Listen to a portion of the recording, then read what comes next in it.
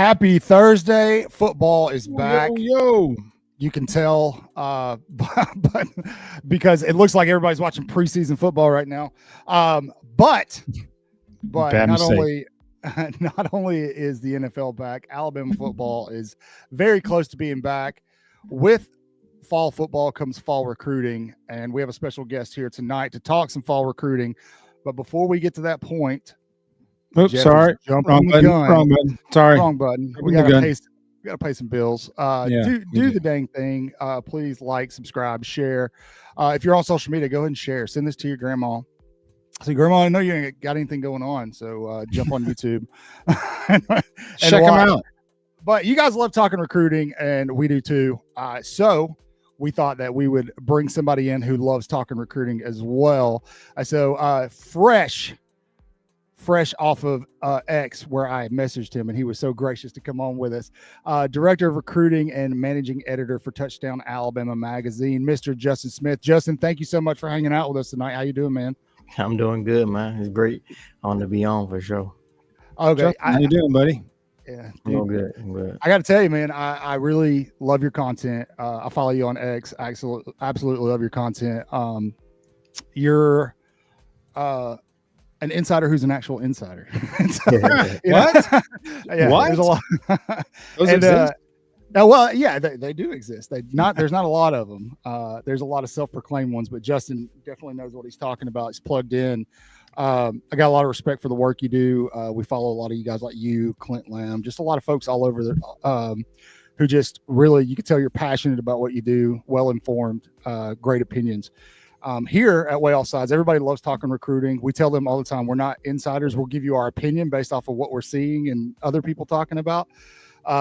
But you, I feel like you've got your pulse on the recruiting world right now. And Alabama this summer really kind of just caught fire over the last 6 weeks. It's kind of slowed down as summer official visits have ended and we move into the season.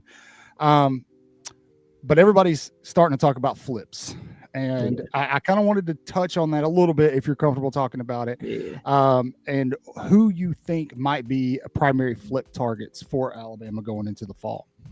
I think one of the biggest things, like you said, this is kind of like the point of the recruiting calendar where flips are kind of going to be the main topic, because we've seen now with me covering recruiting, you guys follow it closely too.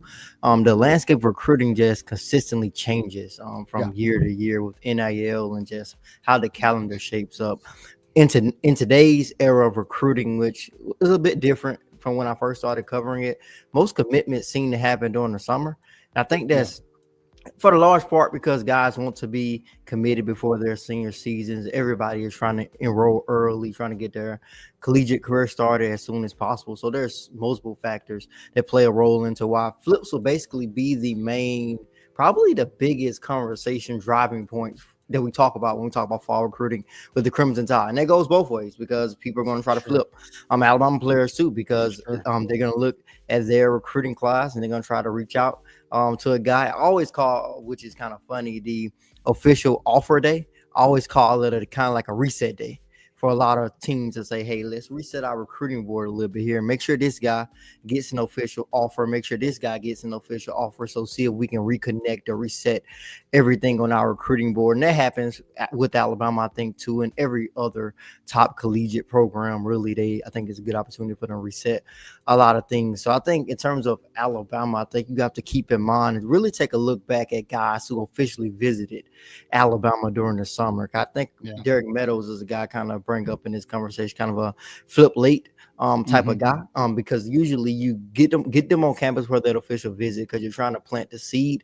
If they're already committed or if they commit to a school later on, you want to possibly go back to them. So guys who I think about and come to the forefront, one guy in particular who immediately comes to mind is Jaden Terry, the cornerback committed to Georgia Tech, I believe, because he's a guy who got an offer from the Crimson Tide while he was committed to Georgia Tech. They got him on campus for an official visit while he was committed to Georgia Tech. So they knew going after him immediately once they started their push, their huge push, that they were he's committed to Georgia Tech.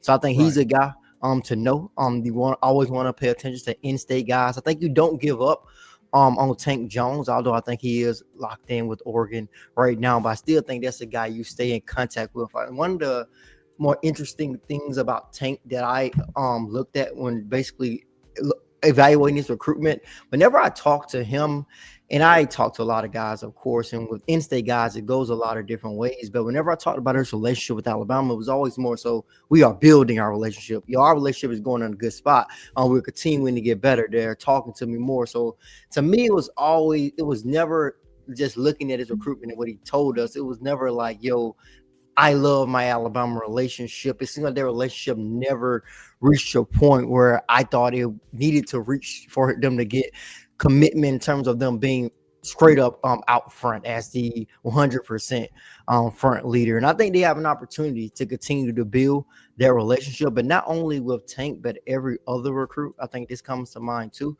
because we never know how the upcoming season is going to go. I think that's one of the biggest factors that we talk about when we talk about recruiting and flipping guys.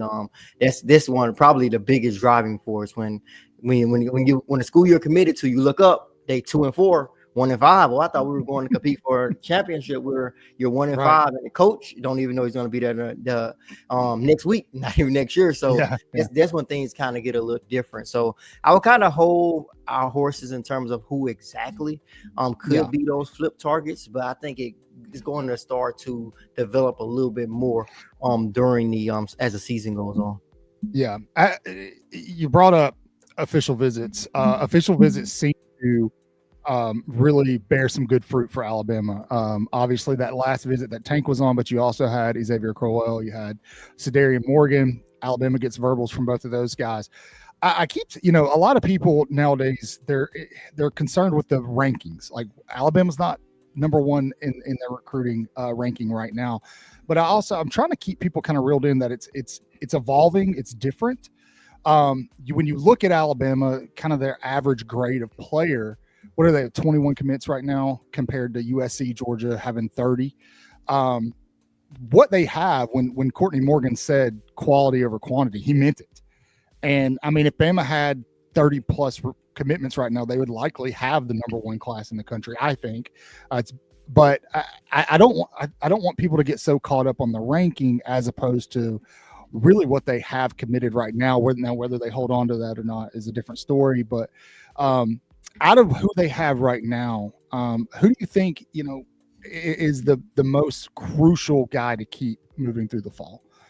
Well, yeah, there's a lot of guys that definitely want to keep for sure, and for so many different reasons. I'm just gonna rattle off some names and why they are important to keep, especially the running backs. I would say because you're gonna need to basically reload on running backs because you lose most likely Jam Miller and Dre Washington at the end of this upcoming season. So you reload on a guy like Crowell, who's just complete running back, checks all the boxes in so many different ways. So you got two quality running backs, and I think their games are kind of similar. I think a lot of times you get two running backs, you kind of have a speed guy and a more power guy. I feel like they're kind of like a little bit in the same space in terms of the two running backs that they have committed. So you definitely want to reload.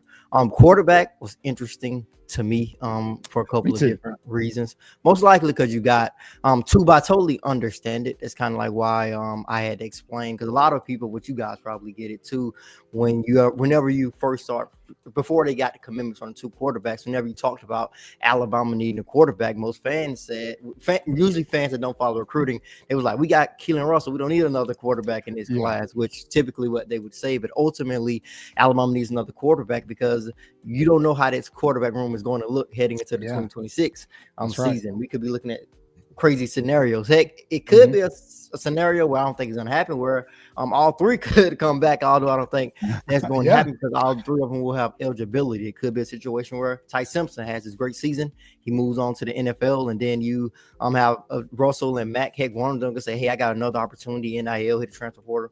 They go elsewhere, you got one quarterback now. So they really had to prepare for any situation. That's why they really wanted to add two solid quarterbacks, I think, with a lot of potential. it's going to be hard to get a transcendent elite type of quarterback prospect who probably could immediately come in after you got Russell. And that's just the nature of recruiting, kind of like how it usually works out. So it's great that they got those running backs. Receiver, I think that's a critical position as well, because you most likely lose Bernard Horton. And just because of the nature of the game, the portal too, guys are going to come after your guys. So need to reload at receiver. I think Morgan is a great wide receiver. It's great catch radius, probably one of the widest catch radius I've ever evaluated in terms of recruit. You throw the ball his way, he's going to go up and get it. So he's a great wide receiver. I think Brian Williams is a good wide receiver too.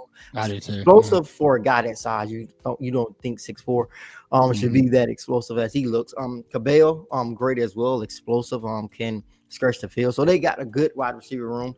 Of course, defensive line. You just need to continue to load up on that defensive back.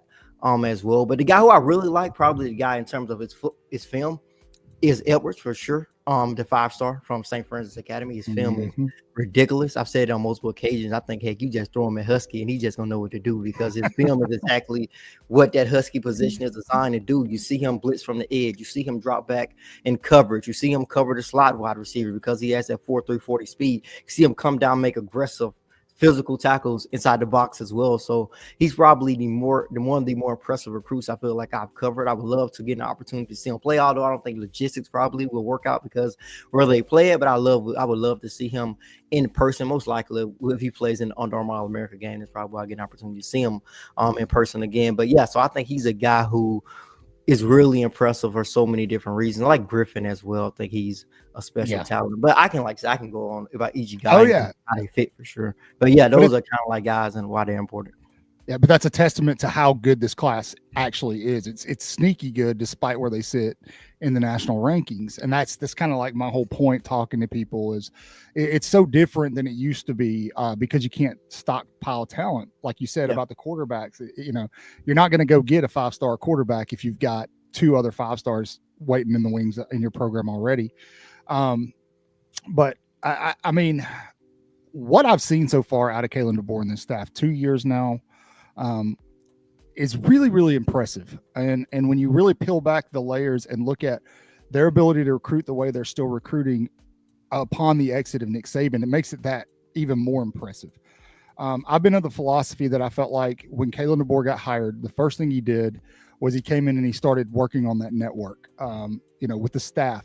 When you kind of looked at how he was cherry picking the staff, it was guys that had ties all over the country. And we're seeing that now. You've got that California connection that folks are talking about. How do you feel? I mean, obviously we're not used to not getting everybody we want at Alabama. And obviously with NIL in play now, it's just not going to happen when you've got schools in Texas Tech. Look at what they're doing in the 2027 class right now. It's absolutely insane in Lubbock. Obviously Oregon's a big NIL player. With NIL, do you feel like a program can build long-term success if they use NIL as their primary recruiting tool? I have thoughts on this, but I'd love to hear yours. Yeah, I think it's multiple factors that go into that. Of course, you can't just go out and pay every 5-star because evaluations matter. Just some insight into the whole. I think I want to touch on a little bit based on what you said a little bit earlier in terms of rankings. With me basically being in the business and kind of getting the first row look at like how rankings are operated, they are very subjective. I think a lot of people need to understand that, and they are based on so many different factors. Heck, it could be a situation where a guy is a 1A football player or plays at some school where the people who they have covering and analyzing and ranking, they may not see that guy as much as they see this other guy who plays in Atlanta, who you get to see like a lot in terms of evaluating him. So I just keep that in mind, that they are extremely subjective. I see rankings all the time, and I've seen guys who I know nobody else has seen, and they have them ranked now like, yo, he shouldn't be ranked there, or that guy is just ranked too low. So there's a lot of different situations that I say to keep that in mind in terms of that. But going back to the Alabama staff, I think the first thing that immediately jumped out to me when they first got to Tuscaloosa, you guys have been following Alabama football. They've they went on a big run before Alabama even hit the field on last season. When you look at that recruiting class, that 2025 class they built, I was amazed because I was saying, yo, these Alabama's coaching staff has convinced these guys that Alabama is still the same without playing a game. And I was blown away by that. I was like, yo, how are they able to do it without putting any type of product on the field? We take a look at that 2025 class. I think that was more so a testament of what was to come. Courtney Morgan being this great mind that he is in terms of him evaluating talent, because everybody that he has helped Alabama get in terms of verbal commitments or signatures, I understand it from an evaluation standpoint. Whenever I turn on their film, I can point out, hey, that's why they wanted him. Oh, I can see why he fits into their system. Oh, that guy's a great fit for what they're trying to do. So I really think this staff does a great job of evaluating recruits. And like you said, it's great that they have basically a footprint in multiple different areas of the country as well. I don't think it's an area of the country that they can't recruit at this particular point in time. And probably one of the biggest things that I think they did do was basically refocus inside the state and make sure that they went after the top talent inside the state who they thought could fit their system. I think that's very important because, like I said, you guys haven't followed Alabama football. It's built, even Nick Saban era, it's built on Alabama kids. No matter what, no matter how you twist it, turn it, that roster is typically kids who are from Alabama. And the state is going to produce great talent. And just like Tim Keenan and James Smith told me, like at the media day, when you are from Alabama, it means a lot more. When you grew up, and the only thing you saw was Alabama. So I think the staff has done just a great job in recruiting as a whole, but most importantly, they have evaluated really well. I think they did a great job of refocusing their mission on recruiting inside the state for sure. And I think that's very important. Yeah. We got a fan question in the chat, if you're okay with answering it. It's about Jet Washington. PZ asked, do you know, is Alabama still in communication with Jet Washington? Feels like he would be a better fit at Alabama compared to Oregon. I haven't talked to him recently. He's a guy who it's always like you guys know you call him recruiting. It's hit and miss sometimes when you're in contact with recruits. But I will say something about Jet. He's been really good about contact, and that's kind of impressive considering who he is and where he's from. But he is a guy who the Crimson Tide went after. You can at least throw him in that conversation, but it's a kind of a thing you have to. I think a lot of factors have to go into a possible flip there. Of course, Oregon. I'm kind of like I see you guys chat too. Kind of like with the Tank situation, NIL of course plays a role in that. The success that they could have in his upcoming season plays a role in that. I think a lot of times Alabama has benefited from a team not having the season that they expected to have. So looking at that, I think a lot of factors have to play a role in Alabama possibly flipping a guy like Jet. But he's a guy I think I will put into that conversation that wouldn't surprise me if they're still going after and staying in contact with, because they did build a great relationship with him, got him on campus for that official visit. So in terms of flip targets that Alabama fans want to know, I basically would say, hey, look back at who they hosted for those official visits. That's kind of like the first thing to look back at. Then you kind of can get like a picture of who could possibly flip. But there's always things that happen as the season progresses, and that's when you're going to see new names. That's one thing I learned about covering recruiting is that you never know when a new name is going to emerge. A guy could come out of nowhere. You never know how things change and transition. Heck, it seems like every year it's some guy that you thought, hey, I didn't even know Alabama was heavily interested in him. I didn't know he was heavily interested in Alabama. He looks up, his team is 1-5. Hey, I got to reevaluate things. I'm not sure if I want to be there. I'm not sure if the coach that's recruiting me is going to be there. Heck, if the team has done well, if we went undefeated, heck, the guy that recruited me, because recruiters about relationships, if he's leaving, heck, I want to leave too. If I just wanted to play under him. So there's multiple facets and multiple things to think about. I was about to say that if they win them all too, your guy's gonna be leaving. So it's almost like a double-edged sword. If you lose, he's out. If he wins, somebody's gonna hire him. Yeah. We did a couple of shorts about Tank about 2 weeks before he committed, and obviously everybody kind of felt like the lean was still Bama. And then, two days before, it starts looking like Oregon. So I post a short, and there's so many people in the comments, and they're like, well, you were just saying you thought Alabama. What happened? I'm like, guys, you have to understand, like, this is incredibly fluid. Like there's nothing concrete about recruiting, especially nowadays with NIL in the mix. I mean, if somebody swoops in at the last minute, Ty Haywood's a great example from last season. Somebody swoops in the last minute with a big enough bag, adios. But that's just the nature of it. It kind of makes it visit anymore. They don't even tour the campus anymore. Yeah, I think the thing that's like you said, it's very important for fans to know for sure that it's very fluid, and I've done this a long time, and it's very hard to really, like you said, evaluate and follow them closely. Heck, I sometimes have a very close relationship with these kids, and sometimes I'm off like in terms of like, where I think they're leaning, unless they just come out and say, hey, I'm committing to so and so on this day, which sometimes happens, but it doesn't always happen in that fashion. And it's so many different ways a recruitment can go. They're kind of similar, kind of comparing Peter Wood's situation to a Xavier Colwell, because I kind of put them in like the same conversation in terms of their recruitment. These were guys who were visiting Alabama so much, you almost thought like, hey, are you going to give anybody else an opportunity to recruit you? I remember when Peter Woods was going through the recruiting process, I was like, are you going to visit anywhere besides Alabama? Because he was in Tuscaloosa almost every weekend that he could take a visit. And Crowell was kind of like in that same situation. And their recruitments go two totally different ways in terms of Peter Woods committing to Clemson and Crowell ultimately committing to Alabama. Sandy grew up an Alabama fan, loving Alabama, and ultimately committing. Peter Woods said the same thing, grew up loving Alabama. He's an Alabama fan. So there's a lot that goes into it. Heck, I know a kid, I'm not going to say his name, who told us he grew up an Alabama fan, but he wouldn't give Alabama the time of day in terms of his recruitment. So it's a lot of different ways of recruitment can certainly an approach. Yeah, for sure. And it's crazy because we're looking at it from just some of the kids that I've evaluated and like built relationship with, it's happened probably more than a handful of times. Guys who say, hey, I don't like Alabama for whatever reason. It happens. It can be for some multiple different factors. And a lot of times it's because the same thing that gets recruits interested in you winning all the time. The same reason why some recruits may, hey, everybody goes to Alabama, they win so much, I want to kind of like go the opposite direction. So it happens. Sure. Well, let's also not forget there could be a girl involved. Some of these guys might be following a girl somewhere. Or ask Carson, like Craig James, the old story of Craig James.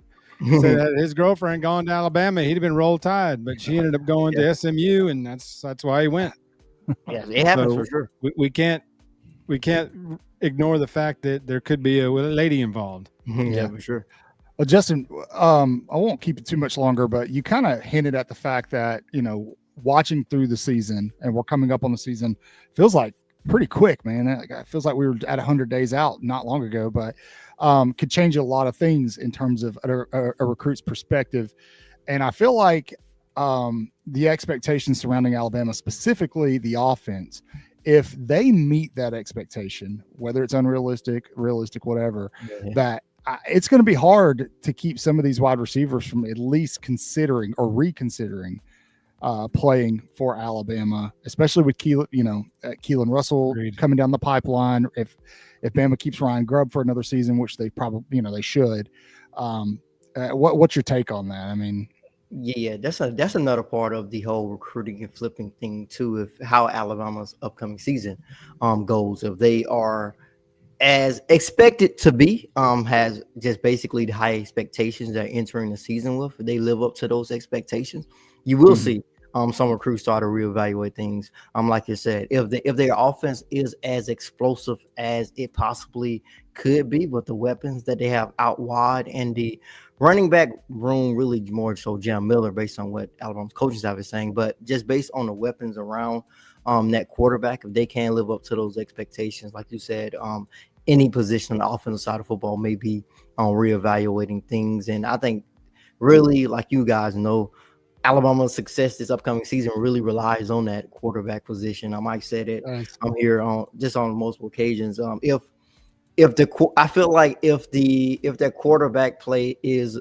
mediocre, I think Alabama is kind of a little bit in trouble. I don't think the quarterback has to be exceptionally great, But I think he has to be good enough to get the football consistently to his weapons, protect the football. But most importantly, there's going to be plays where he's going to have to win the game no matter what. If you're going to be a high level quarterback, there's going to be times where like, yo, I need you to win it for me. So I think they need a quarterback who can do that. I think Alabama fans probably the perfect example would be like a Jake Coker type of quarterback, a guy who just it's gonna be times where I need you to win the game for me. And I think so that's kind of it's gonna be the situation. I think those 5 guys in front of him can hold up their end of the bargain. Yep. And he just doesn't turn the ball over. He doesn't have to do anything really crazy. Just really give him time to get rid of the ball. I like that you made the Jake Coker comparison because everybody's drawing comparisons to Mac Jones in that 2020 offense, which I think is kind of dangerous. It's unfair. Yeah, and it's kind of setting yourself up for failure. But I like the Jake Coker comparison. I think that's for sure. You're definitely right about that because there were times in that season Mac was perfect in games. I'm like, yo, he not only is his completion rate high, I don't think he's throwing a bad pass. Like it's unfair to for sure to put that on anyone. Maybe the situation where you can be like, the situation will be similar with the hot shot freshman behind him, and then the steady hand coming in, playing a year, balling out, and then the kid takes over next year, a la Bryce Young in 21. You know, the situation can be similar, but to sit back and go expect a 2020 Mac Jones season out of Ty Simpson this year is not. Now he might do it, but to put that on him that's too much. I agree. Well, Justin, man, thank you for spending some time with us. We'll let you get on with your evening. There's preseason football on, so I'm sure you got other things you want to do. If before you leave, tell everybody where they can find you. We'll put it in the description of the video for them. Yeah, for sure. Justin Smith on X, JD Smith 31 Smith. Of course, Touchdown Alabama across pretty much every social media platform, Facebook, Twitter. Download the Touchdown Alabama app. Yeah, for sure. And thank you guys so much for having me on. Yeah, man. Roll Tide. Yeah, for sure. Roll Tide, Justin. Thanks, Justin. All right, man. Well, there you have it. We appreciate that. We got all the recruiting talk out of the way. It had to be done because you guys love recruiting. Do us a favor. We got another special guest coming up here on Waaaay Offsides. Hey, Jeff, how do you spell Waaaay? Waaaay. This is all caps. Waaaay. Waaaay. Skip knows. With 4 A's. 4 A's, not 3, not 5. 4, just like in the word Alabama. Just like in the word Alabama. Do us a favor. Leave a big Roll Tide in the comment section. Like the video. Share social media. Because this next guest is going to continue our head-to-head series that we've been doing. We've had LSU on. We've had, who else have we had on, Jeff? Auburn. We had Auburn Anonymous, which was absolutely. Damn guys on, but now we get our man from Georgia. I feel like tonight's guest will be a little bit more realistic, and I don't know. There's going to be like this mutual, I respect you, you respect me, or it could just go south, and Randy could yell and scream at us for 30 minutes. We'll see what happens. And if it happens that way, we blame Herb and Raj. Yeah, it's definitely on them. So without further ado, from the How About Them Dogs podcast, bring in Randy. Compliments of Pollen Social. Oh, there we go. Well, that's not Randy. That's not Randy. I got you. We'll get him there. There we go. Sorry, a little technical difficulty. How you doing, Randy? Man, I'm doing pretty good. Had a chance tonight, since y'all central, I had a chance to have dinner, say goodnight to the girls. I didn't have to rush everything, so it's going good. And and then you got some support there. He's already barking at us. That's it. He's training well. Randy, I'm actually on Eastern time too, and we used to do like an after dark show that didn't start till late, and we wouldn't get done till like 12:30, and I'd be like, okay, enough's enough. But man, we're getting close to the season. How you feeling, man? How about them dogs, right? Isn't that what they say? That is what they say. Well, actually, what they say is, how about them dogs? So there you go. So that's how we get to say that on the airways and get away with it. But yeah, no, the season's coming. I actually had a chance to go out and watch practice last week, which was a rarity for the Georgia media. So getting my feet back on the grass and seeing everything that way really kind of made me have those feelings. You know what I mean? It's been a busy week. There's a whole lot of traction on the old social webs, if you know what I mean. So all you have to do is look sideways at your phone and somebody's going to come at you in the comments right now. That's how it is. At least that's been my week. Oh yeah, man, I get it. My comment sections on social media have been full of Barners for whatever reason. I could understand if it was, Georgia fans, maybe LSU fans, Texas fans, Ohio State fans, Auburn fans. I just don't get it. And I know you guys share a hated rivalry with them. Do they give you hell too? Well, they don't really give me grief. Usually I just don't give them the time of day, but the way it works with Auburn and us is, yeah, that's very real. I think they're feeling froggy. I think they think that they're going to have a shot to come get us this year. I've heard a few of them say that they think they got a shot at you guys. I think they're feeling themselves a little bit. And at this point in the summer, it's no holds barred. There's no restraints. They're just out there saying whatever they want to say. Look, Randy. Look at this. It's already started. Sorry, Miles. Not happening. Sorry. You got to settle down. There it is. There it is. So, sorry. Go ahead, Cotton. No, please. No. You first, sir. Ladies first. I was going to say, everybody's already planning Georgia's funeral. They've already kicked dirt on Georgia. It's over. The run is over. Kind of weird. They were in y'all were in the playoffs last year, but whatever. Mm-hmm. But with Carson Beck leaving, a new quarterback, with Stockton being in the mix, I mean, everybody's just it's over. Georgia's run is over. You've heard it. Everybody's picking Texas. That's the new darling because of the quarterback who's never played a meaningful snap. But he's the new darling. So it's all Texas all the time, and everybody forgets about Georgia. So you tell me why we shouldn't forget about Georgia this year. Well, I think I'm going to just do what Kirby Smart would do and say, yeah, it's okay. Forget about us. Just don't worry about us because we are too young. We are too thin. We are too inexperienced at the key positions to provide any kind of threat to any of you jokers. So don't worry about us. I really do think that's how it is. Like, you could not write the script better for Kirby Smart than what's happening right now. Yeah. Now, does that mean they're going to go out and go 12-0? No, but there was all that talk about how they had to manufacture, disrespect back in the early part of the 20s here. And those two teams went out and won titles. And then in 23, they didn't have a chance, right? Because they, sorry, frog. You're okay. I get Goodness it. gracious. All that nice cup. Well played. Convenient. Excuse me. Hang on. Excuse me some more. I don't know. Somebody's getting hold of me here. I shouldn't be saying what I'm saying, apparently. So in 23, they didn't get the shot, right? Because of what happened in Atlanta. And then last year, things didn't go well at all. I mean, from a Georgia fan's perspective. So even though they won the title, there were a lot in the conference. There were a lot of people who were just really unhappy and unsettled about how 24 went. So if we're being rational, you had a recruiter on here or talking recruiting earlier. If you just look at Georgia, I mean, and look at the blue chip ratio, right? 4-star, 5-star, according to the comprehensive rankings. If you do that, then this is Kirby Smart's most talented team ever. Okay. Now that's composite star rankings. So make of it what you will, but that's what the numbers say. Yes, they're young. It's just that if you're not a Georgia fan, everybody else around the country doesn't know any of these dudes. If you're a Georgia fan, if you watch my podcast, you know them. But if you're not, then why not look at Georgia and go, they're trash. They're losing 3 or 4 games. I mean, I totally get it. It's a completely casual take, but it's not an offensive casual take, right? Because why would you be looking at Georgia that closely if you're not a Georgia fan, right? So true.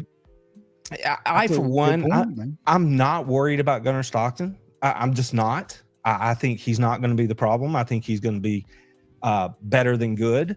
And I think that they've done a whole lot of work to fix the problems that plagued Georgia in 24. And yes, all that stuff has to be proven out on the grass. But to this point, they've done everything that you can do to try to rectify those problems. So Georgia is talented. Right? 9 consecutive years of top 3 recruiting classes. Another one lined up right now. It's not like they don't have players.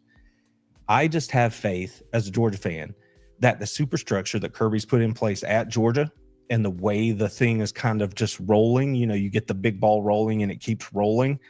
And then you throw in the fire of disrespect and these dudes haven't done anything yet.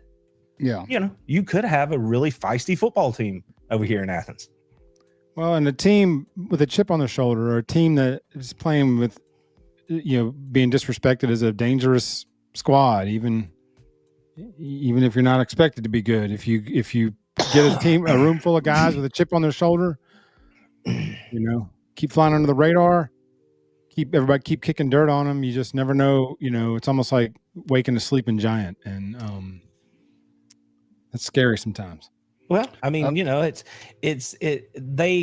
Kirby doesn't have to manufacture any of that stuff this year because it's all very, very real. Yeah. I mean, a lot of it is low hanging fruit. People who just say, new quarterback, we don't know him. And so that's the thing everybody points to. But there are real things that have to be fixed if you are a Georgia Bulldogs fan, right?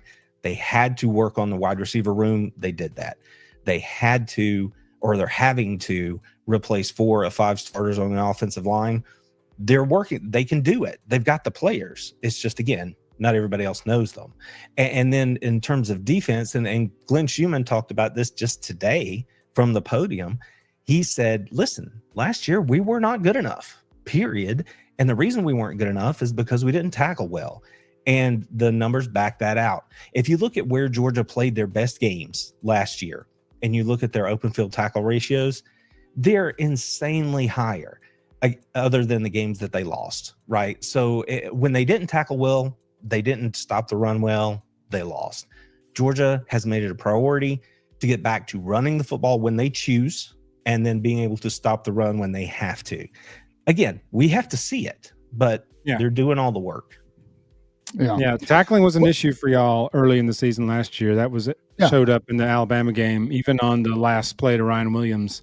Mm-hmm. Now, a lot of that was him, but that was also, not the best tackling. No, absolutely. The real sin of that play was that they didn't get him on the ground. I mean, it didn't matter how ugly you were doing it. They both, two guys had an opportunity to do it there. One was a first-time starter, and the other one was a true freshman, and neither of them got the job done. The first-time starter's not in Athens anymore, and the true freshman is a preseason All-American, right? Yeah. So hopefully he grew up and learned something. So that was the sin. If you get him on the ground, you give yourself another chance to make a play. But they didn't do it. So Alabama wins. Let's stop beating around the bush here. There's a proverbial elephant in the room, if you will. Okay. You barked. I'm jealous with your soundboard. He's been talking about a soundboard for a while. While you guys have been talking, I've been scouring Google for a elephant sound effect. But what's going on? Like, obviously the national championship game a couple of years ago, Georgia gets their lick back big time. I'm not going to downplay that. Alabama fans feel like if J-Mo's in that game, it could have ended differently. Who knows at this point? But based off of what Alabama did the rest of the season last year, it's hard to think about and make sense of what happened in Tuscaloosa. Do you feel like Georgia and maybe even Kirby Smart has an Alabama problem? Well, I think that just comes down to how you want to define it. I mean, clearly the record is a problem. That's sure. What it is. Right. This is weird because I'm going to try to lay this out in a way that doesn't sound like I'm making any kind of excuse, because there is none. But the thing is, just look at the fact that the SEC was in divisions, right? So the last time that Alabama came to Athens was 2008. I mean, that's nuts. And in that time, when the two teams have played, right, Georgia's come to Alabama, 2 or 3 times? And then the rest of the matchups have been in Atlanta and neutral site. So that's just odd. Now, does that change the outcome on any of these games? No, I really don't think it does, except for maybe last year, because everything was pointing to that game. And I'm not saying it determined the game. I'm just saying it was a factor, because everybody's pointing to that game. And Milroe in particular was white hot for a quarter. And Georgia took all those punches, survived the second half, got to halftime and made their adjustments. And then, the rest of the game, the defense kind of really did a pretty good job. And he just simply wasn't that hot. And there were some schematic issues that happened in the game, But the bottom line was Jalen Milroe is an outstanding athlete who made outstanding plays early in that game. And it was a tsunami of crimson, right? There was no tide, like it rolled them. And I went to SEC Media Days last year and stood 2 feet from Carson Beck, looked him dead in the eye and said, listen, Georgia fans, they just had Stetson Bennett as their quarterback. And you can think whatever you want about him, but that dude was clutch. And he would, do what he had to do to make a play. He would take a shot to make a play. So I asked Carson Beck, I'm like, are you that guy who is going to, from 23 to 24, right? 23, you had Brock Bowers, you had Ladd McConkey, you had those dudes who were doing the Superman work. Yeah. In 24, are you that guy?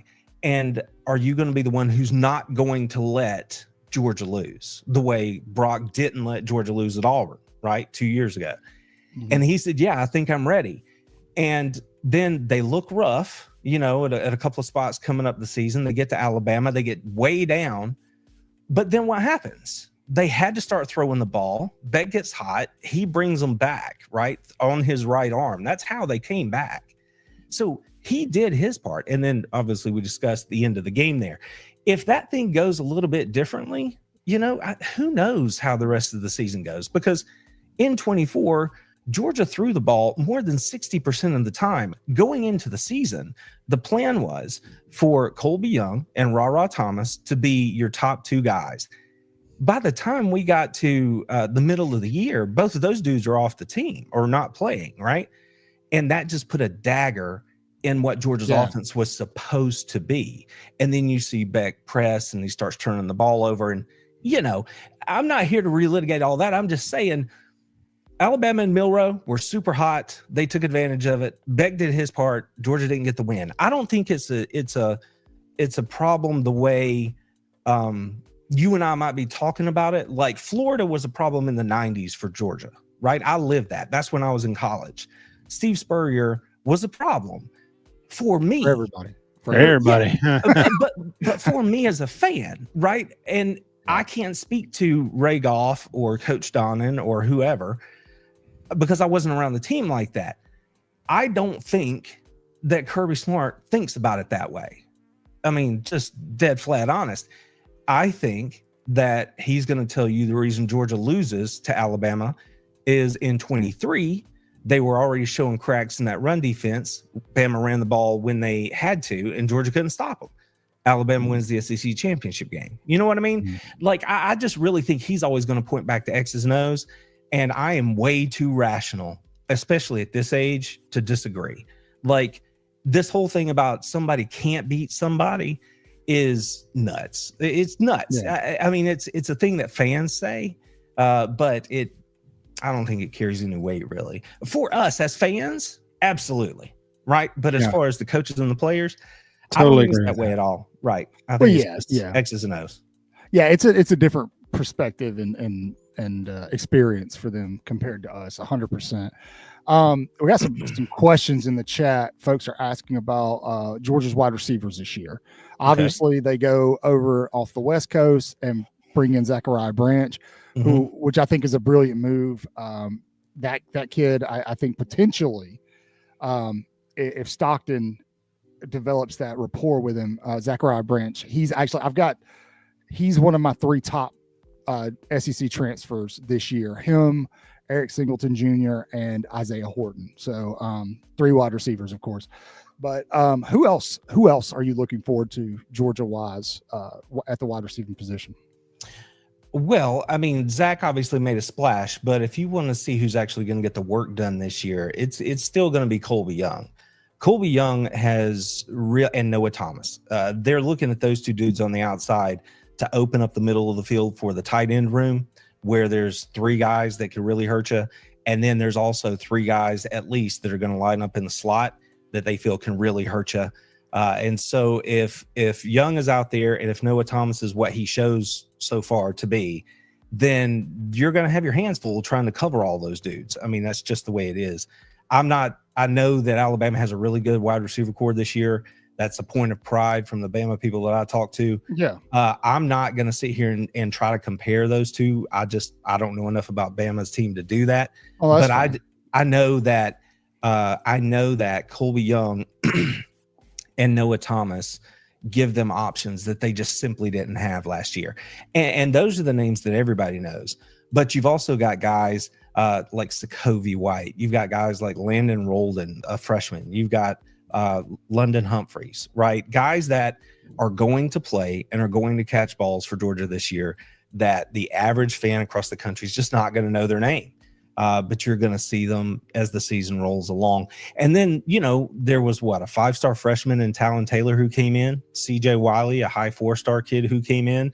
Both of those guys have the skill set to play a true X, which is something that, again, Georgia didn't have last year. Now, if Colby Young and Noah Thomas are doing what they're supposed to do, the weight's not going to fall on those dudes to carry the team in any way. But it just shows you that the depth and the overall skill level in that room is drastically different than what Georgia finished the second half of last year with. Absolutely. And to Zach Branch in particular, the biggest impact I think you're going to see from him is in the special teams areas, right? Really? So he's the number one punt return guy. He's the number one kick return guy. They want somebody who's going to be a difference maker for them back there. Again, I mentioned I was at practice this week. One of the things that they were working on really, really hard was punt coverage and punt return. And, I saw with my own eyes that Zach was the guy. Now, again, there are other dudes taking balls, but he's the guy. In terms of how he's going to be used in the offense, he's going to be a true slot guy. But this is going to drive a lot of Georgia people crazy, they're going to do whatever they can to get him the ball and just let him make a play. So that could look like a tunnel screen. It could look like a bubble screen. It could look like, an end around. They're going to get the ball in his hands and let him try to be a broken field playmaker. That's going to make some Georgia people go crazy unless he's being wildly successful doing it. Because, the knock on Georgia by some in the fan base is they don't like the OC. And the last thing they want to see is another screen pass, regardless of who it's going to. Meanwhile, I'm over here telling you that Georgia hasn't run a true running back screen in like 4 or 5 seasons, and I wish they would. So, that's an automatic play almost because nobody runs it anymore. I know. So it's like if you mixed a few of those in there, you blow some defensive coordinators' minds. I'm telling you. We've got a Georgia guy in here talking head to head, and folks in the comments are talking about Lenore Sellers and DJ Lagway. You got to stay focused, guys. Come on. So let me ask you this, Randy. Yes, Let's say Gunnar Stockton goes down in the first game. Who's in the room with him? Well, I mean, the name that everybody is probably aware of would be Ryan Puglisi. He was another high 4-star kid from Massachusetts. He's more like Carson Beck, except he's a little bit more mobile than Carson was. And Carson could run a little bit, but Puglisi's a little bit better than that. And he's got a big league arm, NFL arm, and he is all dog all the way through.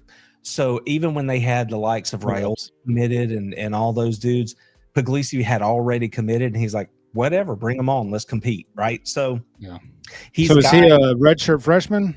Yes. So he's a guy who is your number 2 who hasn't taken a meaningful snap yet, So in that way, Georgia and Alabama are exactly the same, and it's terrifying. Sure. Because if your number 1 dude goes down, you're putting in a cat that's never really taken a snap in a game that mattered at all. Right. So, I mean, Georgia was there a few years ago. Think back, Jacob Eason, Jake Fromm, right? Yeah. Same thing. It's like first or second game, and Jake Fromm's your starter. Blast from the past there, Randy. I'm telling Jacob you. Eason. Look at this. But that's where you are, right? That's where you are right now. And the way Gunnar plays, and they are going to use him in the run game. They've been hinting at it all this camp. Like, we can do more things now. When they put him out there, he's got to be smart, right? I mean, this isn't Raven County. You can't go run everybody over.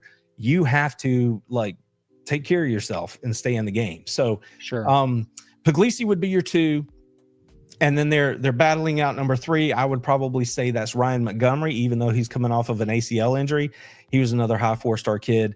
Everybody in the country wanted him. So it's not like they don't have players in there. There's a couple of other guys that are in there. They've got, of course, got Jared Curtis in the pipeline coming, so that's one of the undercurrents of discussion among Georgia people. What happens at the end of this year? Because Gunner's been there 4 years. He's already graduated. If he leaves, then does that open it up to Puglisi and Montgomery? Does it open it up to Puglisi and, maybe Curtis? That's who some people want to see. So that's going to be a storyline next spring. But for right now, it's Gunner and then it's Puglisi. Yeah. Cool. Yeah, it's going to be hard to keep Jared Curtis off the field, man. That kid, he's good. But Puglisi, I mean, I remember. Here's the thing. I'm sorry. You're fine. Well, here's the thing. Here's the thing about Puglisi. Everybody raves about Todd Monken. Puglisi was Monken's handpicked kid. Like when Monken was there, he was on Puglisi really early, and he went all the way up there. They visited him with him a lot, and he actually took Bobo with him. You know what I mean? Like he handpicked that kid.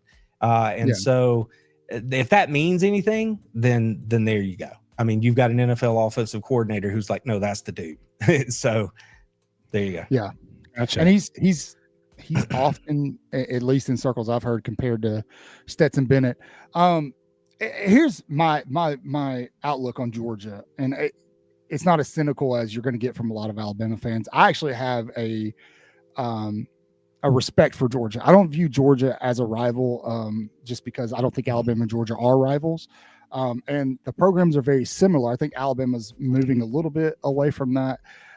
But when Carson Beck 2 seasons ago, I was very loud about all you've got to do with Carson Beck is get some pressure on the guy. And it's if he feels any kind of pressure, or if he was feeling any kind of pressure, he got wild. Alabama was able to do that in Tuscaloosa last year. And you saw it as the season progressed. I believe in all of Georgia's losses, Carson Beck getting a little Fruit Loop with the football played a role. But Gunner Stockton, just the guys doesn't shy away from contact. And in the minutes he had last year, that showed very clearly. And I think just if I'm a Georgia fan, that actually kind of gets me excited, just based off of what you got from Carson Beck. And you're getting a true, we had Justin Smith on a little while ago, and he talked about Jake Coker. Jake Coker, when he was at Alabama in 2015, actually played Georgia in Athens. But Coker was that same kind of guy. Like he didn't shy away from contact, and that really won over the locker room. It won over the fan base. I think Stockton's very, very similar. Yeah. And you feed right into the narrative, right? Mm-hmm. I actually talked about this a couple of weeks ago, because Gunner Stockton right now is what Georgia fans want. So they want him to succeed because the story is going to make him feel so warm and fuzzy. I mean, he's a North Georgia kid. All he's ever wanted to do is play for Georgia and represent Georgia. And forget the whole all shucks thing you're going to see from him all year. Just forget it. That's who he is, right? Because, I mean, I grew up 2 stones throw from where he grew up. That part's real. Okay, that's who he is. But that's who he is when he's off the field. When he's on the field, that's a different guy. And so, like, his competitiveness, his toughness, him being hard-nosed in the way he plays the game. And again, I talked about this a couple of weeks ago in depth. It is who you want leading the team. You've heard Kirby talk about fire, passion, energy, how that's the missing ingredient for Georgia the last couple of years. You've had guys that, for whatever reason, maybe it was because of the success that they had, or they had been around that much success, or whatever it was, maybe they weren't as just amped up and eager to just play football. Gunner's not that way. Gunner's a dude who leads all the things. He leads all the drills. You know what I mean? Like, he's very much a team guy. And I talked about how the locker room, much like the eye in the sky doesn't lie, the locker room doesn't lie. They have seen this kid go do all the things, and that's stuff that you and I aren't going to see. So when you saw them rally around him, none of that was put on. Like, they're like, no, that's my dude. And then, they were able to pull out the victory. Now, he obviously made a boneheaded throw. One of the worst throws I've ever seen in that Texas game. Almost cost Georgia the game. But he was then able to pull it all back together, and you saw what he did down the stretch there. So his teammates saved him, and then they were able to go back down and get the win. So he has growing pains. He has to learn. He had some mechanical stuff that they've worked on all this off season to maybe shorten his delivery a little bit, that kind of stuff, get the ball out quicker. But he's a hard-nosed dude, and he's the kind of guy that you want to go to battle with. That's what you can say for sure. But he is going to have to monitor. He's going to have to temper that a little bit, because again, these dudes are not the same dudes that he at the last time he was having a whole lot of playing time. Understood. Gotcha. Yeah. Well, question before you cut him loose, Cotton. Yeah. Sorry. Question for you, Randy. I just wanted to. This isn't about this year's team. So you've obviously been around the program for a long time. So what's your oldest Bama Georgia memory? What's the first Bama Georgia thing you can remember? Okay, so Bama Georgia. I'll tell you mine when you tell me when you're done. That's really specific because I've got Alabama memories, but Bama Georgia would probably have to be. And I can't say that I actually remember anything from the 80s and 90s. I remember Georgia beating Alabama in Sanford Stadium back in the 90s, but I don't have a memory other than Georgia winning. So I would probably go with Matt Stafford in Tuscaloosa in 2007, right? Because there was so much build up to that game on the Georgia side anyway. And then the way it ended in overtime, the walk-off, all that kind of stuff. That's probably my first Alabama memory that's just, sitting right there. Sticks out. Yeah. Yeah. So mine's a little bit before that. Mine was the 1994 Jay Barker, Eric Zier game. Was that in Tuscaloosa or in Georgia? I think it was in Georgia, but that was the best game I ever saw Jay Barker play in terms of throwing the ball, and both teams lit it up, and I can't remember what the final score was, but I remember Alabama won that game, but both quarterbacks went off. And, Air Zier was his nickname back then, and I was my earliest one. I was a senior in high school in 94. So me too. I was playing ball. So I was focused on playing. Gotcha. That's what I mean. I know they played, but I wasn't watching. But that's right in my window. I missed Eric by a couple of years. So gotcha. I didn't get to Athens till 96. Gotcha. Yeah. I was a senior in 94 too. That was my senior year too. I think most Bama fans are going to say the national championship game, obviously the walk-off, but man, that 2012 SEC championship game, despite the result, legit. That's one of the best football matchups that doesn't get talked about today that I think I've ever seen. Absolutely. Todd Gurley, that was a crazy good football. There were so many NFL players in that game on both sides of the field. Yeah, absolutely. And you had special teams plays. You had great defense. You had offense when you had to have offense. It was all those things. And that point specifically, going back to your elephant in the room question from earlier, just look at the series. I mean, there's been a time or two, when one or the other teams in recent history, it's been Alabama. There's been a time or two where they put it on Georgia, like 2008 in Athens. And I don't remember the score in 20, but I know that Alabama won.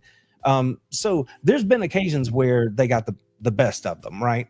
But for the most part, these matchups are pretty good. And so that's the whole thing about somebody can't beat somebody. It's ridiculous. I mean, the ball bounces a different way. Our dude doesn't get called offside, right? Back in 2017, stuff like that. It's just stuff like that that change these games because the teams are so close, and that's just the reality of it. That doesn't make for good, chat room fodder. But if you're talking about it rationally, these games are great. And I'm with you. I don't consider Alabama a rival. I have the utmost respect for Nick. I have the respect for what he's done there during his tenure in Alabama. Again, prior to that, I can't speak with any authority on Alabama. And this is not a shot, but it's I just didn't care because I didn't think Alabama was that good. They weren't. Exactly. They just weren't on the radar. Weren't. We know.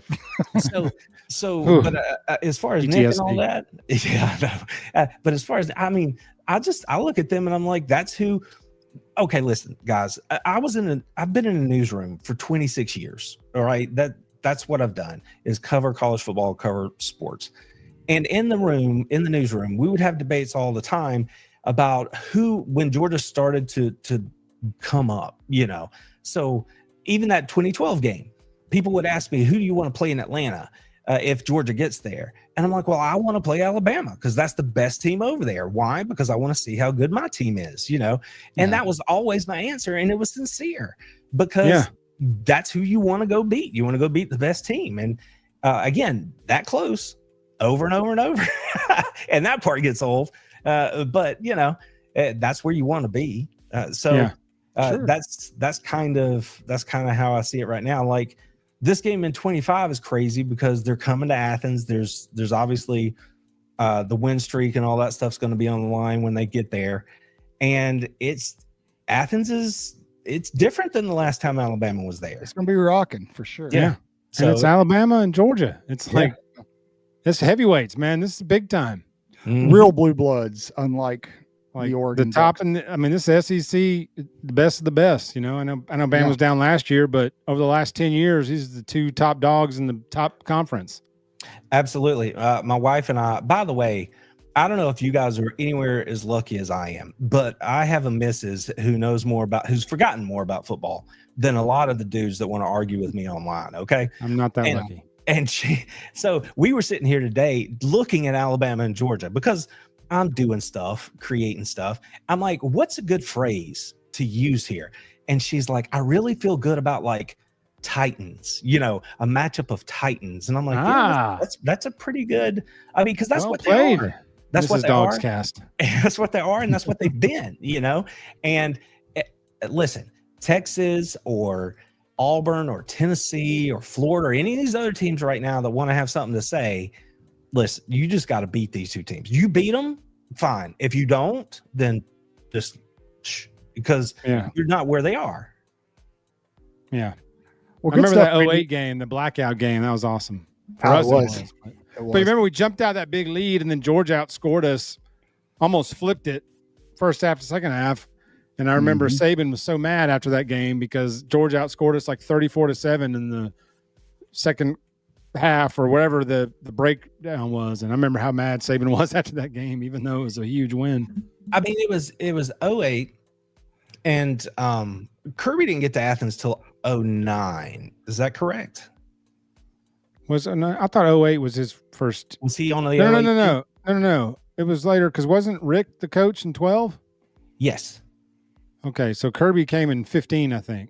Okay, so 14 or 15, somewhere around there. Gotcha. Okay, so my point is, even he didn't have to be on the staff to make his point, which was when he came to Georgia, he's like, we knew when we looked at the 08 team as an example, he's like, that was a team that had a couple of superstars, but when you looked at the lines of scrimmage, we just had them. Like Alabama just had them.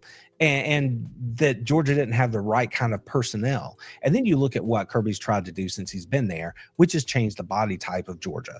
And he's been able to do that successfully. And, he's gone and won some stuff because of it.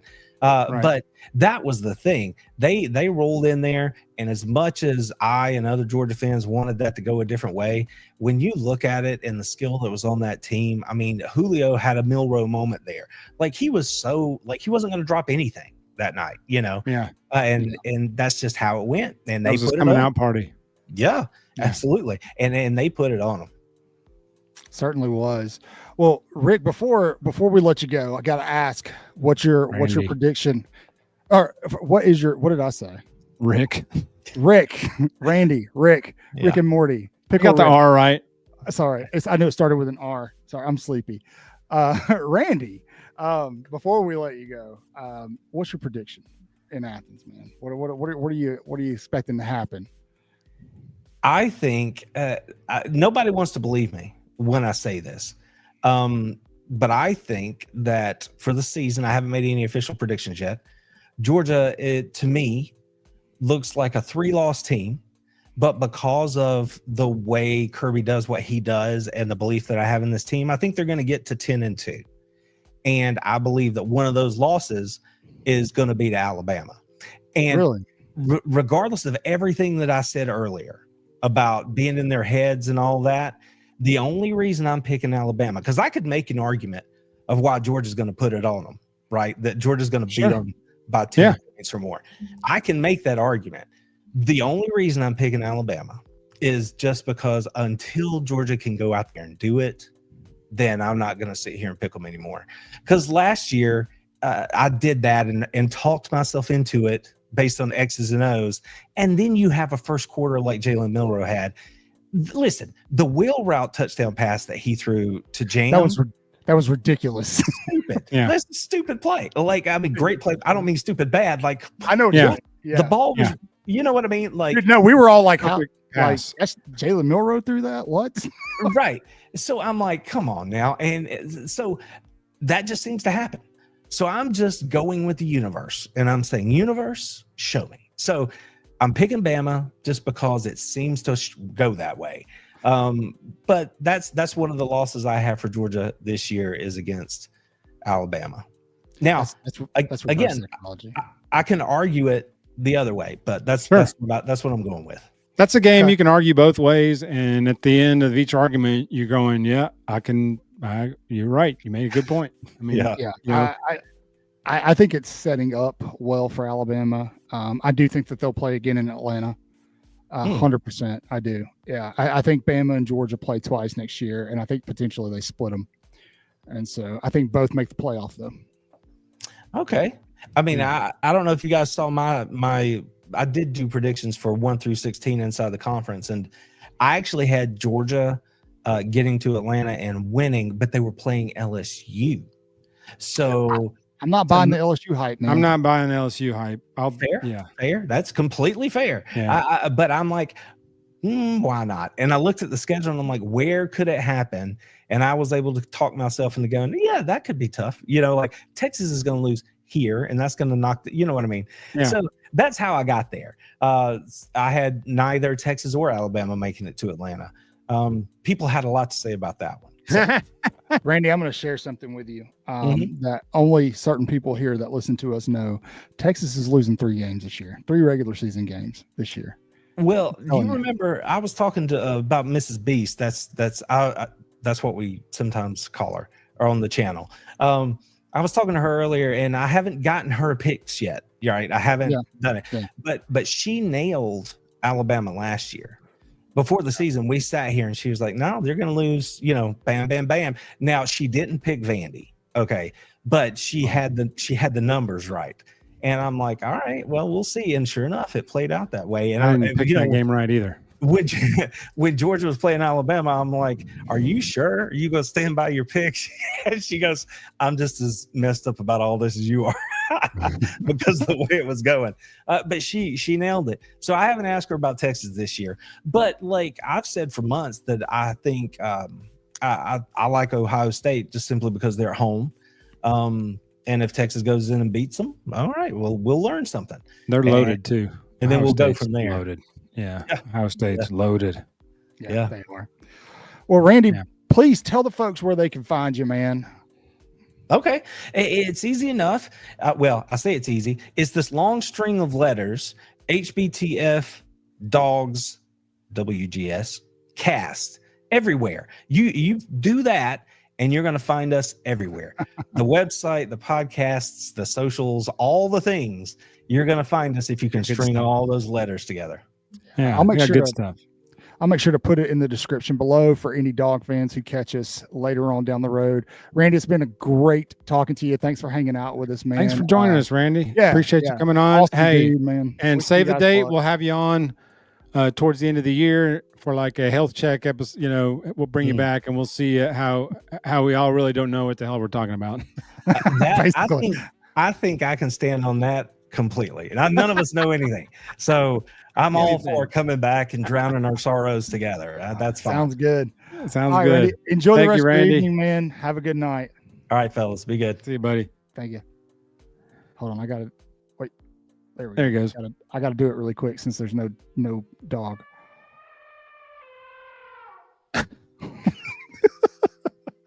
Oh, great. I'm not going to lie. That is the worst part of Bama home games to me is that elephant. The elephant? I roar. think it's great. I think it sounds ridiculous. It's great. Oh my gosh, I cannot stand it. But I love Alabama, so hey folks, stick around. Don't go anywhere. We're gonna do hot takes here in just a minute.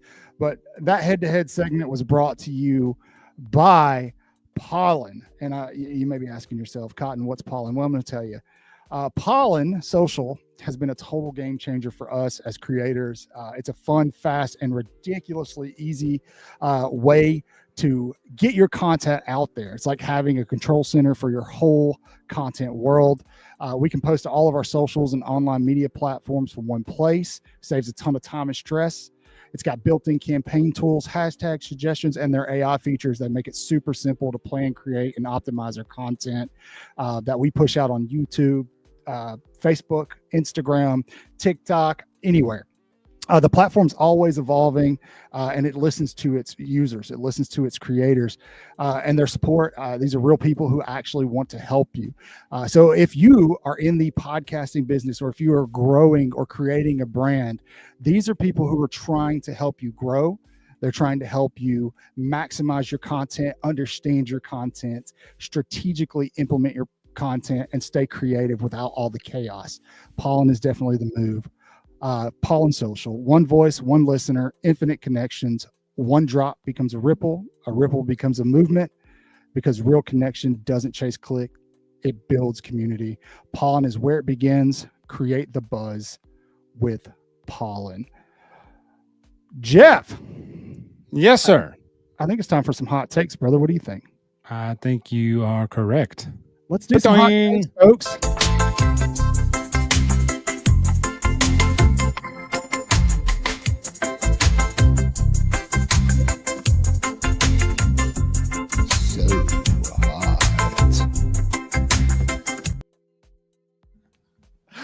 Gets me every daggum time. Hot takes with Cotton and Jeff tonight.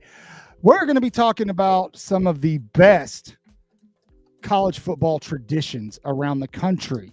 I've picked 5 and prepared graphics. Jeff is going to throw some off the top of his noggin.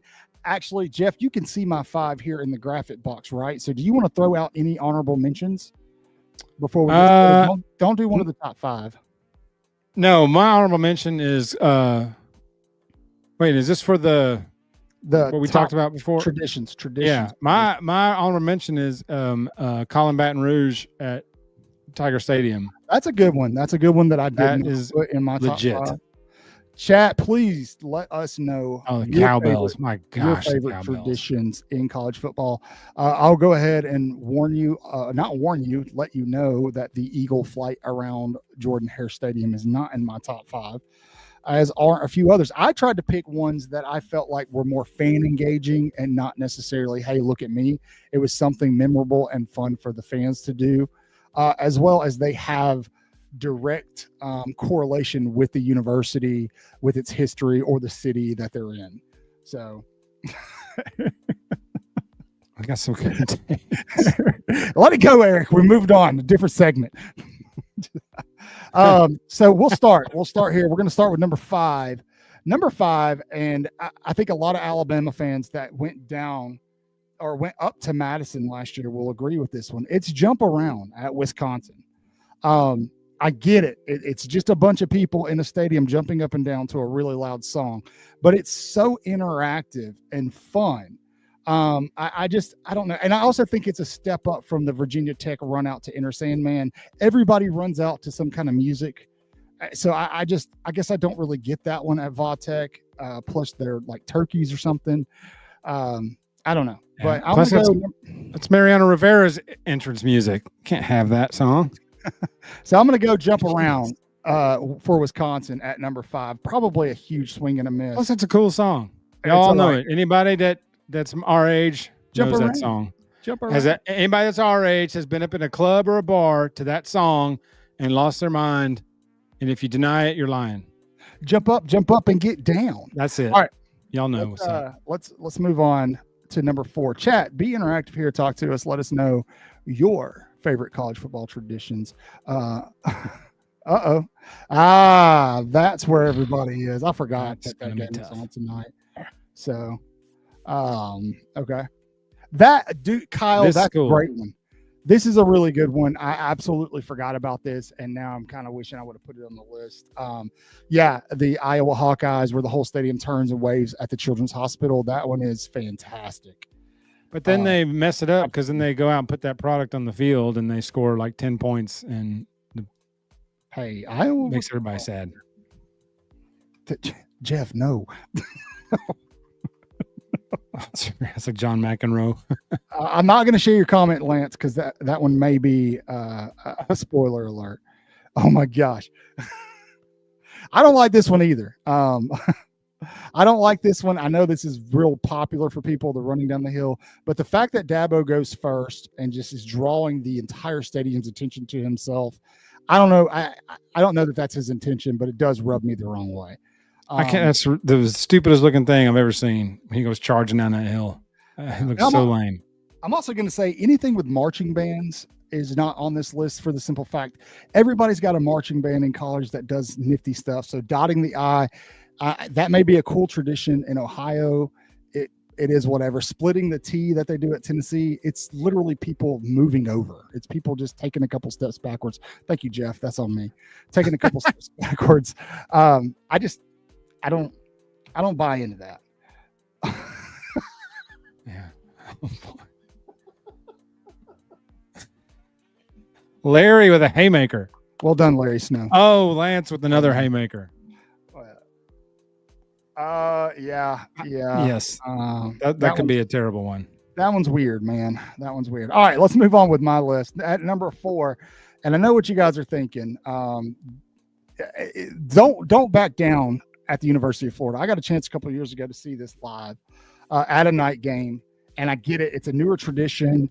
It's really just the crowd singing a song, but Florida actually has this program that everybody downloads on their app that controls the phone's flashlight while they do this. And it's just that place gets so loud singing this. I got to see it in person at a night game, and it was pretty cool.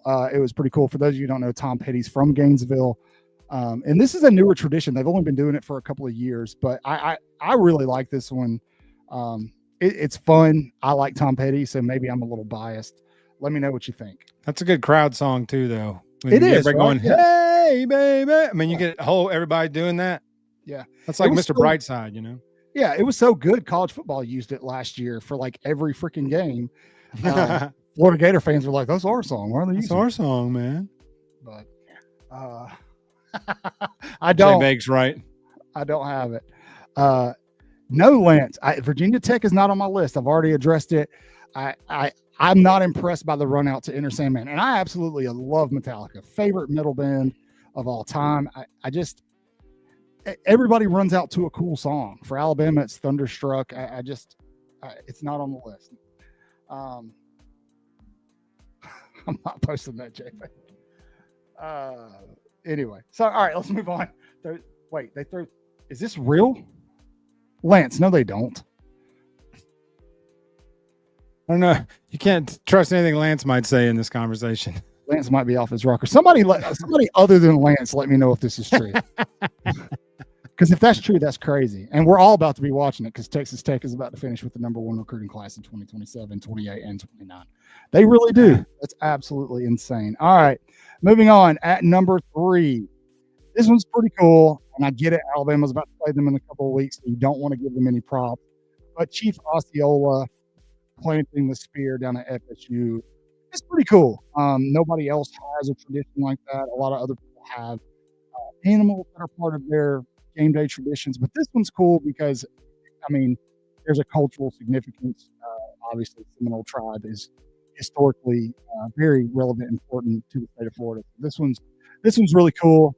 Looking forward to potentially getting to see this one in person this year. Let's see what the chat thought about that. They're still talking about tossing tortillas at Texas Tech. That's crazy. They probably didn't hear any of that whole thing you just said.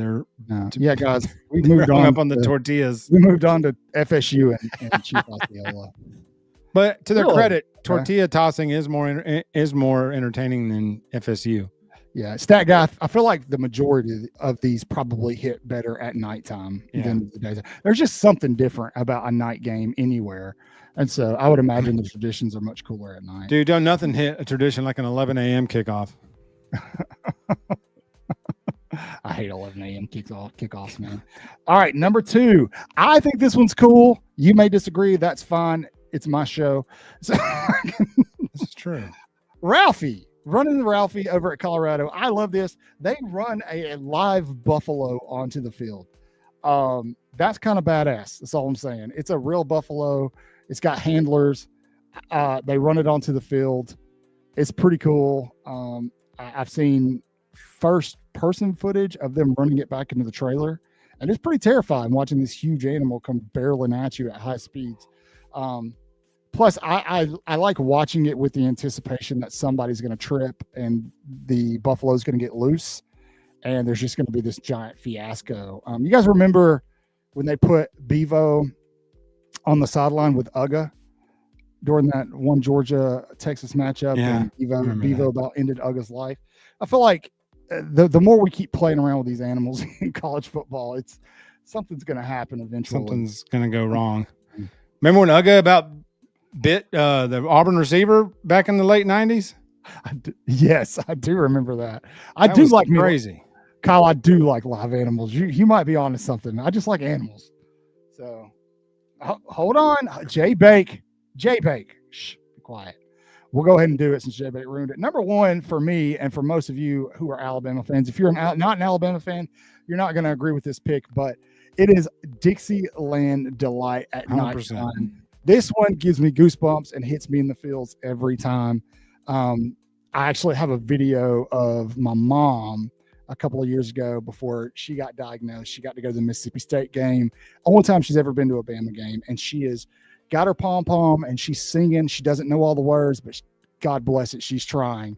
And it's one of my most cherished possessions. And I do Dixieland Delight, especially in a big game, LSU, Auburn, Tennessee, at home. It's got to be at night, but it absolutely slaps. Man, that's like, yes, at night that thing hits. That thing hits different at night. It does. I mean, especially when everybody whiskey driven, got a little bubbly down their throat. You'll sing a little bit louder. Mm-hmm. Yeah, I agree, Kat. It's always fun screaming that at the top of your lungs and not caring. I love anything about it. I love that they filter in the word beat over the speakers to try to cover it up, and it just doesn't work. I mean, it's probably that honestly, same Nimrod that plays that elephant noise after every first down. Yes. There's always 2 though. It sounds so ridiculous. Oh my gosh. Stat guy, yeah, it does a little bit, but if you're sitting close enough to the student section, without a doubt, you know what they're still saying. That F word drowns it all out. If there's one word they're going to get out, it's that one. Yep. All right, guys. So that's going to do it for Hot Takes. Hot Takes tonight is brought to you by University Traditions. You can see up there in the corner right above Jeff's head that little hat that says "Spend My Dollar." University Traditions, they make these really, really cool hats for SEC schools. That is their Alabama version this year. I actually have their Alabama version last year. I have that version on the way in the old mailbox, but they are getting low. They're getting very low. So if you want to get your hands on one, you're going to need to go check them out at universitytraditions.biz. Biz. Because they're take the biz. They're all about that bass. No trouble. That's going to do it for tonight, Jeff. Good show. Everybody hanging out with us. Yeah, man. We got to talk to Justin. Got to talk to Randy from Randy was fantastic. Dogs Cast. He was good. Very realistic.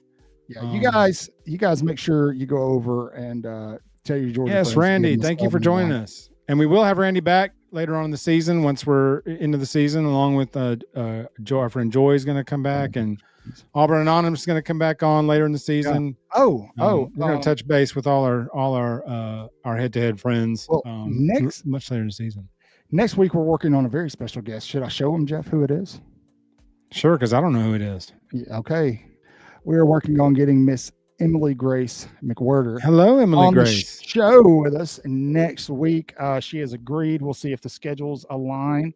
But yeah, well, hopefully everything works out. We'll have her on the show with us next week, next Thursday, 8 p.m. Central Time.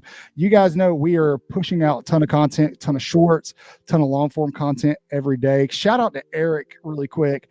Eric is in the comment of everything I post, whether it's a short, just to upload lives.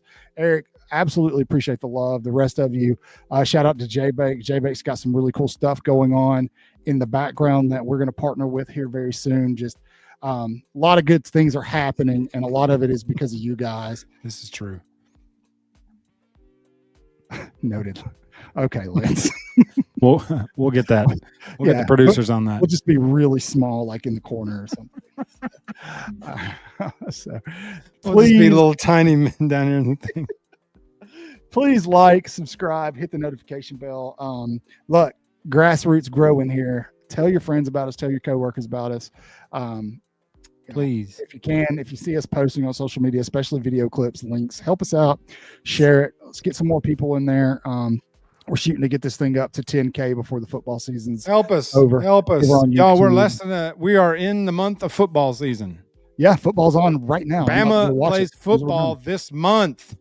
People, that's right, baby. That's right. We'll be doing a full preview of that matchup too in 2 weeks, as well as giving you our way too early college football playoff predictions. Jeff's going to absolutely hate that show, but we're going to do it, as well as our picks. Oh man, we get to start picks soon. Chris is not on tonight, but Chris has all the information for our Waaaay Offsides picks. If you are interested in getting that information, you can email us at WOSN. Let me put it up here on the banner really quick. Let me make a banner. Oh, it's right there. I made one. At WOSN at Waaaayoffsides.com. Again, Waaaay with 4 A's. 3's not enough, 5's too many, just like in the word Alabama. You can send us an email there. We have an official e-business email because we're so official. But yeah, we'll send you the group information and passcodes. I do know the passcode is Shut Up Bill, so if you can find it, it's Shut Up Bill, one word. So get just your in case you got to spell it. Waaaay, this is all caps. WAAAAY. Waaaay. Just in case y'all forgot how to spell. Skip, you are the man. So as always, you guys know the drill. Thank you for hanging out with us. Y'all are the best, man. Absolutely love each and every one of you. It's going to be a hell of a season, and I'm looking forward to it. Say your prayers, read your Bibles, wash your hands, horns down, beat Auburn and LSU and Tennessee too. Roll Tide, Jeff.